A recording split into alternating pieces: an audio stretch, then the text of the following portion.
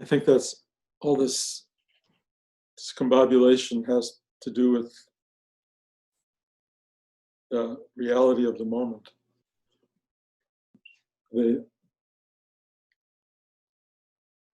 extraordinary journey into not knowing.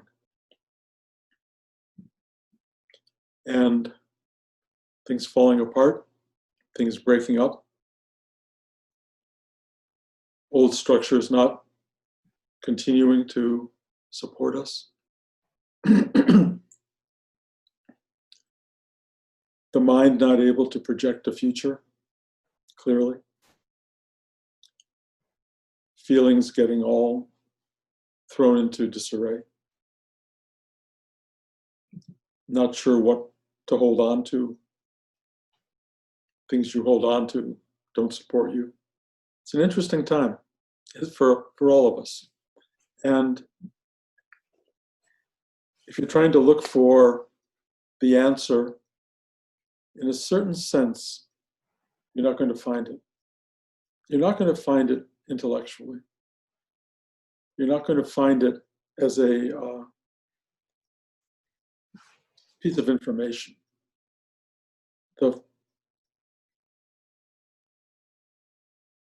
The future, where we're headed, what this is all about, the increasing density and drama, if you will, of all of this is not knowable. And we are creatures that need to know. We are creatures that need to have a picture of what is ahead of us, what is going on, why we're in this moment. And maybe for the first time in all of our lives, we're being robbed of that. And you can look at that as a negative or a positive or a neutral, kind of depending upon your psychic construct. And that may waver day by day. The thing that gives you solidity one day or one moment may disappear the next. And what's the ride? You know, what does one do when predictability suddenly is now no longer part of the equation? Well, what's been coming to mind for me a lot this last week is a book by Arthur Clarke. And its title is more important perhaps than the content. But it's called Childhood's End. And it implies that there is a point in the human experience where it's time for humanity to grow up in some way. The book goes into some very odd territory, as I recall, but the idea was in the end that we became something like light, and that we were led to light by some very dark forces, or forces that we had always been afraid of, that were starting to become these demonic forces that we imagined were out to destroy us, which were in fact out to save us. And only by allowing one's unknowing, one's fears, one's projections to no longer have a hold on you, but to sit at a place of stillness and observe all of these forces working without in any way needing to bring cognitive awareness to them, to project them into something greater, to hold on to anything that's presented, to just let go and watch this incredible proliferation of thoughts, ideas, fears, concerns, hopes, ambitions, all of that rise up. And every one of it rises up, every one of these things rise up to see what in you will lurch toward it. What will give you the answer, the insight, the awareness, the thing you can hold onto. When in fact, the thing I'm going to offer you, which may not be the right thing because it's another thing to hold on to, but it really is let go of holding on. Let go of the thing that you need to make you secure and stable. Let it go. Recognize it. Be open to it. But don't make it your life raft, because the life raft no longer exists externally.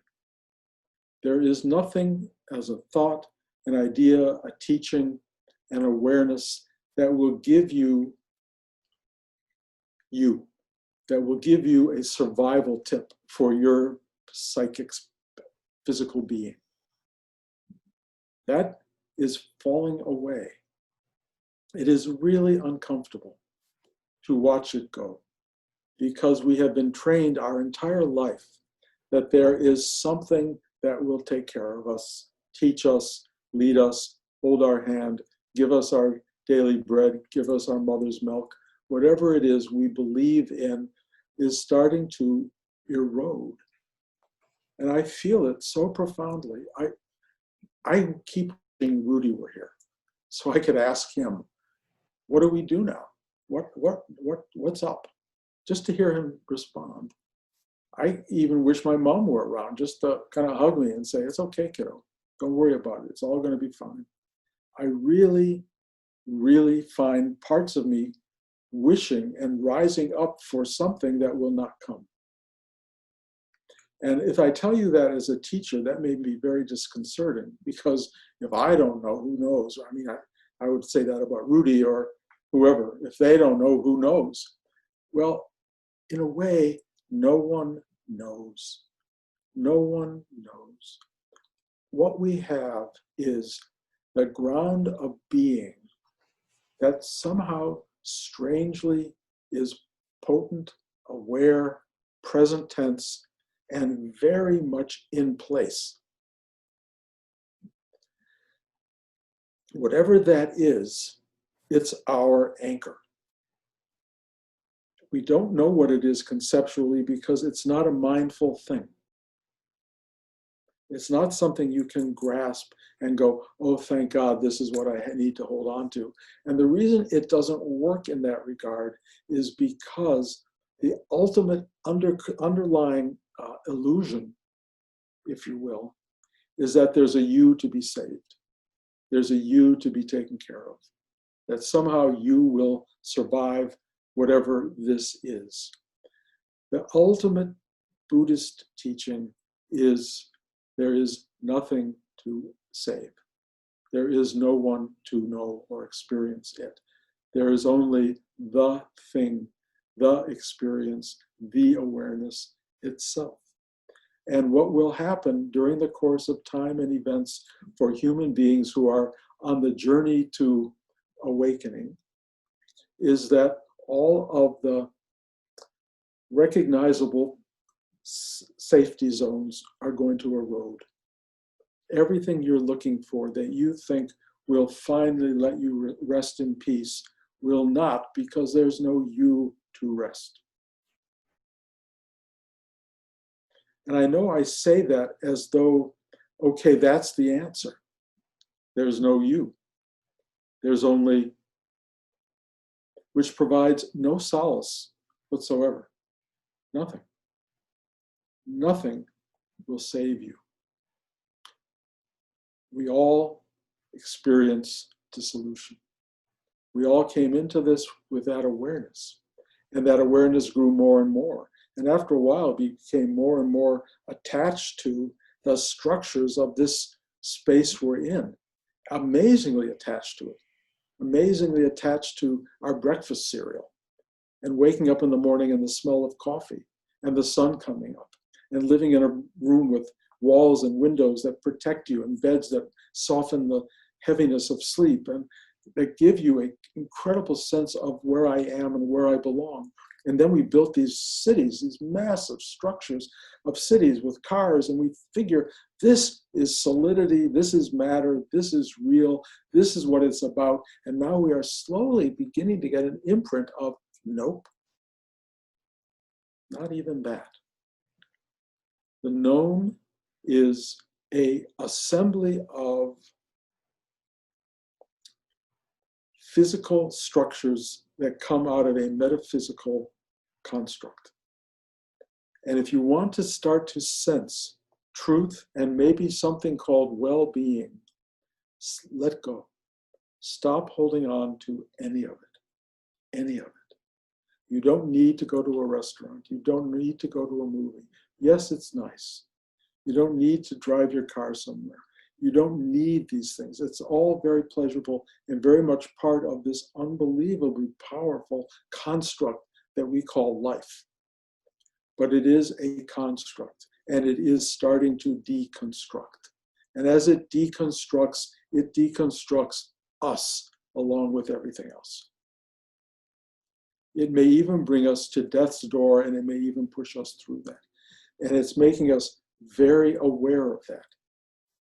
We are very aware that we are inches away from dissolution at any given moment, which has never not been true, ever. But we are being made aware of that. And that awareness is part of who we truly are.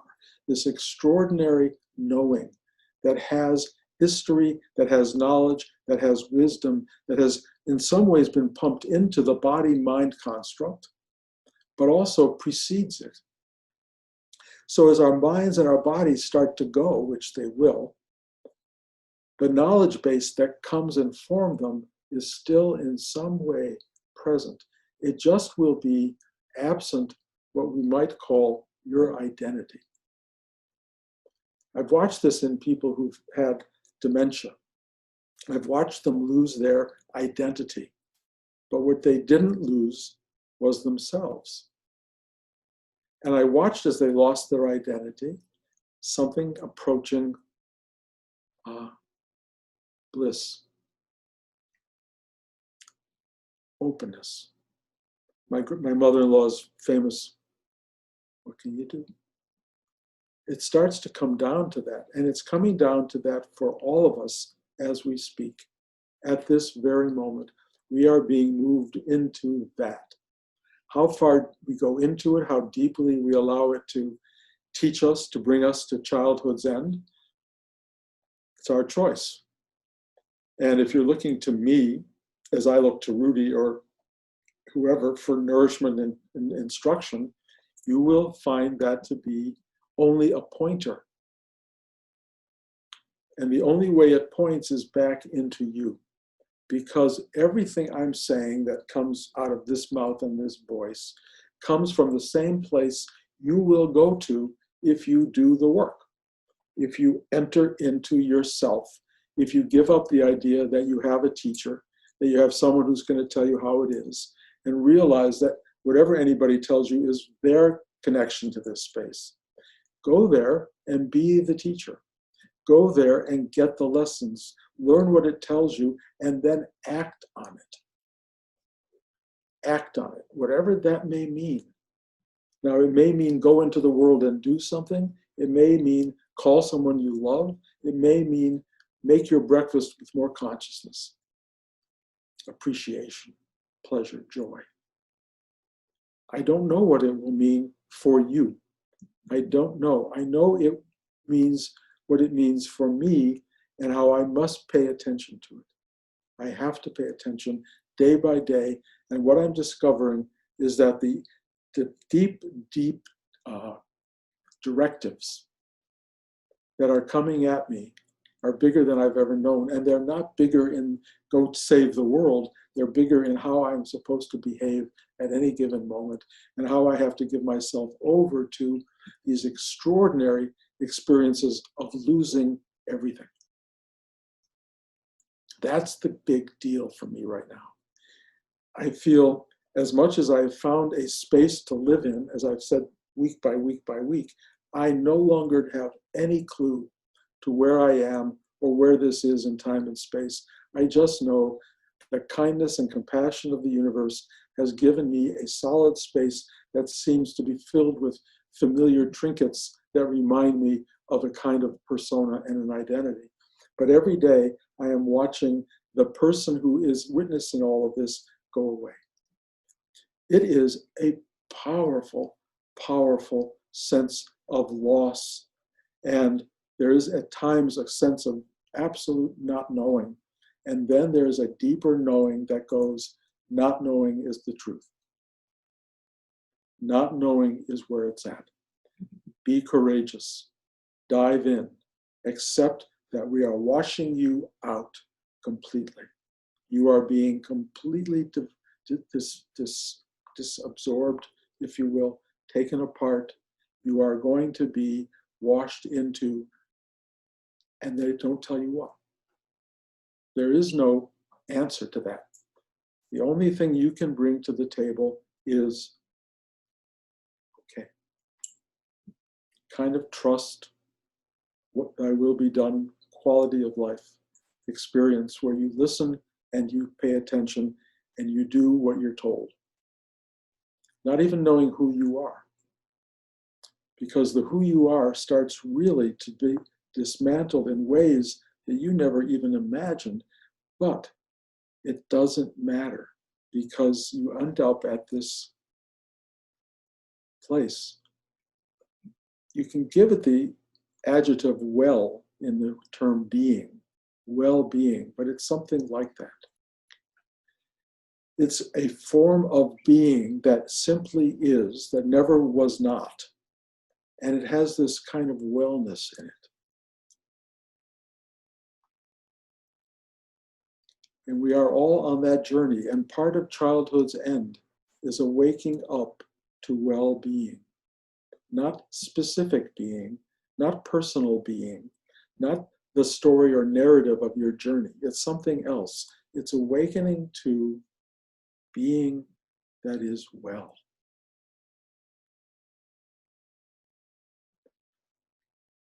Now, I wish Rudy were here to amplify that.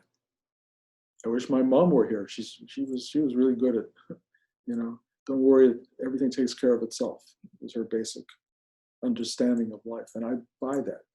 And I would love to have somebody hold my hand through this. But the thing I am really, really understanding is there is no hand holding left because there's no two. There's no two. And you'll see when I do my mudra work with the class, there's a lot of this. Coming apart and coming together, coming apart and coming together, moving forward, receiving, acknowledging, reaching, sharing, giving. There's all of this going on through the whole class. This is not two, it's one.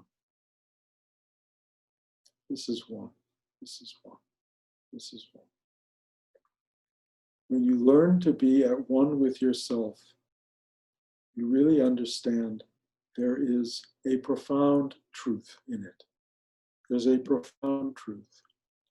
You can wish for and look for duality as much as you want. You can look for the other teacher. You can call Buddha into your life and say, well, Buddha said, therefore it must be, or Nityananda said, or Nisargadatta, whoever you look upon to kind of tell you truth. But ultimately, there's only this. It's only you, whoever you are. And my sense when I go deep into the heart chakra or the navel chakra, which is potent, or into the mind chakra, which is in the third eye, which is ultimately not a place of grasping, but of seeing and witnessing. As you go into these deep chakras, what you see is what is. The moment you make sense of it, it still is, but it's already colored by something. It's already disfigured in a way, not in a bad way, but it's already back in the materialized sense of things. This materialized world that we live in is going through some huge change, and there's a witness to that change that's in here. If you were caught up in the change, you were going to get very, very confused. If you're trying to figure out where it's going or how to ride it, or what's the best thing to do, you may second guess it on some level, but the real response to all of this is go inside, open your eyes, be present. Do the thing you're told to do, which often will be clean the silverware. Hug your partner. Go for a walk. Turn off or turn on the TV. Whatever it is, and you will have an extraordinary sense of a world that is growing up, that is changing before your eyes, that is coming to childhood's end. And we are all doing that. And we're participating in it willingly or unwillingly, consciously or unconsciously. And you can either go on that ride with a capacity to help yourself and others, or with a great deal of confusion and disturbance and destructive capacity, which probably will play itself out in the world around us, because things are ending. They are ending. Childhood is ending. And what's emerging, your guess is as good as mine. I know that it can be, it may well be beautiful, a new opening, a new beginning. And it may be, we have a long way to go before we get through teenagedom. I don't know. I really don't know. But I do know the guidance, the help that is needed to get through this is not separate from you. It is not hard to find. It is not hard to get. It's so simple. It was given to us years ago. This is the time to use it. Sit down. Sit down. Be quiet. Absorb this inner space. And as it tries to wash you away, let it work.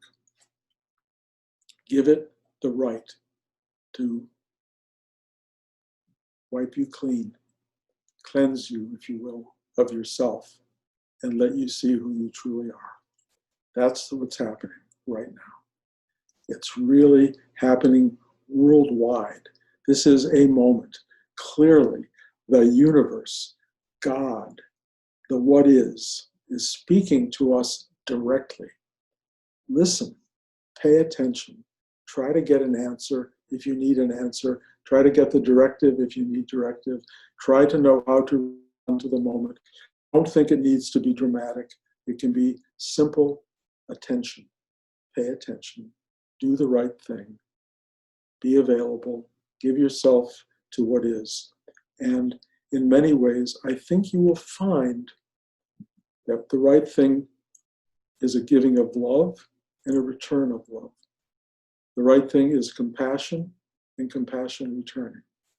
The right thing is seeing the beauty in all of this and letting the beauty envelop you. The right thing has a feeling of gratitude for the great, huge, changing experience that's occurring in our lives that we might have missed. You know, just going to work every day, going up the elevator, down the elevator, going to the restaurant, going back to the office, getting on the subway or whatever it is you do, or getting in your car and driving, that has been taken away momentarily or maybe longer. Why has it been taken away? To show us the world in which all that existed. To show it to us through new eyes, through new vision. And we are either going to be awakened by what we see or be lulled into a new dullness of vision. Stay awake. Wake up. This is the end of your childhood. This is the end of all of our childhood. This is the moment that we become grown-ups and adults in the spiritual world, or whatever we want to name it. Let yourself be dissolved, let your new self arise. That's what's happening. You know, one can vocalize this over and over. I think you get the message.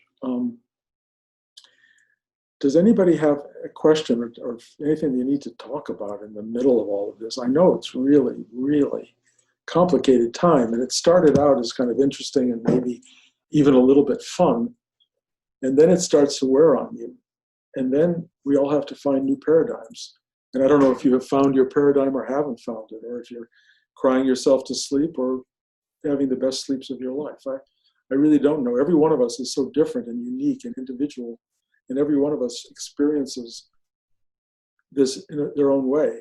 If anyone needs private time talking about any of this, I really will make myself available. I am available. You know, I probably won't say much more than what I'm saying right now, and I think you probably all know that. On the other hand, sometimes holding hands feels good, and I'm happy to present a hand to hold. But mostly, I would really just encourage you not to be afraid of the magnitude of this experience, it is ultimately liberating. It is ultimately productive. It will grow you up in a way that you've been wanting to grow your whole life, but have gotten distracted by the outer forms, and therefore not truly willing to go the whole 9 yards. So this is the opportunity to do it. Take the opportunity. And if you're not taking it, I mean, either just forgive yourself and enjoy the remainder of the journey, or jump in whole hog and watch what it wants to do. It's pretty powerful. It's really powerful. And it's scary. It's scary. But you have to ask, who's scared? And that's the question that comes up repeatedly. And when you start to see who's scared, you go, oh. And then you go, oh. And you stop it. You let it go. Keep waking up. So, again, anybody with a question, concern? I have a question. It's Kim. I completely resonate and appreciate what you say about the childhood stripping away. I had never thought about it that way, and I really value and appreciate that insight. I have children, 10 and 14, and so my question to you is so what's stripping away for them? Are they getting the leg up that we all didn't get, or are they somehow going to be, yeah, I think you know what I mean. They're going to witness the birth of a new world, and they truly are going to have to also grow up, maybe faster than they had imagined. In the same way that wars and depressions and all those things force people to grow up, and we may have all that coming, I don't know, but one way or another, you're not in the same sort of child care environment. It's different. It's changing. You have to jump in there and do the best you can. Some people retreat into mental problems and discourses that are fearful to them, and others rise to the occasion, as are all of us in the same boat. Some of us are moving forward into this, and some of us are retreating into, watching television day and night. Whatever the thing is, your kids are part of it. They're a big part of it at this age, as are my grandchildren. And I'm watching them deal with this, and I'm seeing that, how it lets itself in a little bit at a time and a little bit at a time, and the denial that's there, and also the gradual embrace of, oh my God, this is different. And with a parent like you, there is a guidepost. There's something to help them see things a little bit differently. We're all brought into the world we're brought into at the time we're brought into it, and we have all these people around us, friends and relatives and everybody, who will give us different pictures, and we will assemble our own reality. This is what they're going to be doing now, but they're assembling a reality out of pieces you and I didn't have. They're different now. And they will assemble a different reality, perhaps a more perceptive, broader-based reality, more humane, more inclusive, or they will, close down and just, want to sit home and play with, video games. I don't know. You don't know. Each person is so unique in their own way. And the thing I've really been understanding is, like, there's no one thing to say to each of you, because each of you is such a unique aspect. On the other hand, when I get to work with you spiritually, I really find that underneath all of the structural differences, there are very real commonalities, and they come from this spiritual space that can find a way into each person outside of their ability to try to obstruct you. They're direct avenues into each person. And the great thing about teaching spiritually is something in every one of us who's so different goes, oh man, really kind of fascinating. We see it, one person from this angle, one from that, and one from that, but we're seeing it. And each one of us, including your kids, is learning a lot right now. And for the older people, it's harder because they're having to deconstruct a certain world. For younger kids, this is how it works. Wow, this is the world. And it's a clearer picture of the world than we had, perhaps. Okay. Yes. Bruce, I had a quick comment. Yes. Not really a question, but a comment. It's interesting that this is happening in 2020, a number that's associated with seeing clearly. And I thought that was ironic. Yeah, well, there's something ironic about that, and I've kind of heard that said on occasion, and I totally agree with it. There is a kind of clarity that is accompanying all of this, and there's a worldwide aspect to it. You know, like we're all being asked to look at the same chart, you know, and see is EST13, and when we start to all see the same letters together and have the corrective lenses or whatever, we are a society that will begin to see the world in a clearer way. And that could be wonderful. But as we all know, anyone who watches the news and everything else, there are a lot of people who are not seeing it the same way. And there are a lot of people who are really having, having a very hard time accepting the reality that's unfolding. And so it's not going to be an easy process. And whatever it is that's going on is very intelligent, and it's going to weed a lot of us out, good and bad. It's just, because it's going to be so massive that, not all of us will be around for the next churning of this reality. But the thing that's churning and that's weeding is us. It's really the essence of us. So even though the body-mind structure, the person that we think we are, may get tossed to the wind on some level, the thing that's tossing them is really the underpinning of our own being. I know that's a hard one to buy, and I could be, 100% wrong in that, in which case all of this spiritual, Buddhist, Hindu, Judeo-Christian teaching maybe in the end is bullshit. But I don't think so. And my instinctive experience now is that not only is it not bullshit, it has been and will be the underlying truth for as long as being exists, whatever being is.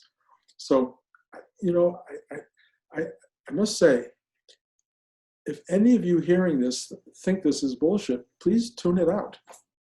I don't know that I have the answers more than anybody else has the answers. I'm just giving you one person's journey into this universe of not knowing. And I'm not trying to give you anything to hold on to. I'm trying to give you everything to let go of. And if that helps, great. And if it doesn't help, you don't need to tune into this. You can, find another voice or find your own voice. Or if this helps you, leads you to your voice, then that's a great thing. And use it for that. But don't trust anything I'm saying, because I don't have authority. I can only tell you the thing that's arising here. If it resonates in a deep enough way, use it to guide you into your own truth, not my truth. That's the only thing I can say. Bruce? Yes, George. Yeah, I just want to say everybody should have deep gratitude for the ability to do this work in this time of mass paranoia, because it really keeps everybody centered. And also for the woman who's worried about her kids. I had a friend of mine who was an antique dealer. His wife was born in a Japanese concentration camp in 1941. And so I said, how was that? She said, well, I was a kid. It was fine. Kids adapt to anything, in reality. I see it in my grandchildren. We went out for ice cream at a distance, and with masks. But I could see that they were aware something big is going on, but all they wanted was ice cream. And in truth, that's all I wanted.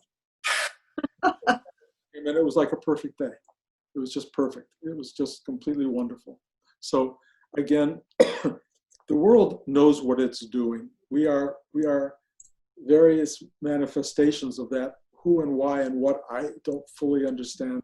But I will say, as I've said in earlier talks, something is guiding this. Something knows what it's doing. I trust it. I don't know what it is. Anybody else? Okay. So I'll be back in a month, in 4 weeks, and we'll continue this. And of course, the talks are online, even if you don't sit in the class, but you can sit every day. I really encourage you to sit every day, to make that part of your work, of your life. Sitting meaning tune in to yourself and ask to go deeper. Ask for help to surrender this outer thing that's looking to be taken care of. That's really, so many people I know in the spiritual realm are looking for one thing, which is get me out of here, or get me someplace that's less stressed or less anxious, or whatever that is. That's not really the journey. The journey is to get to the place where stress is and it doesn't matter. It doesn't matter because there's no you to be stressed. It's just the nature of duality to create these powers and these forces. You are that very thing itself. There's no you to get trampled by it. There just is it, and that it is you. Whatever you can do with that, God bless. Thank you, guys. Thanks for being here. I really love you.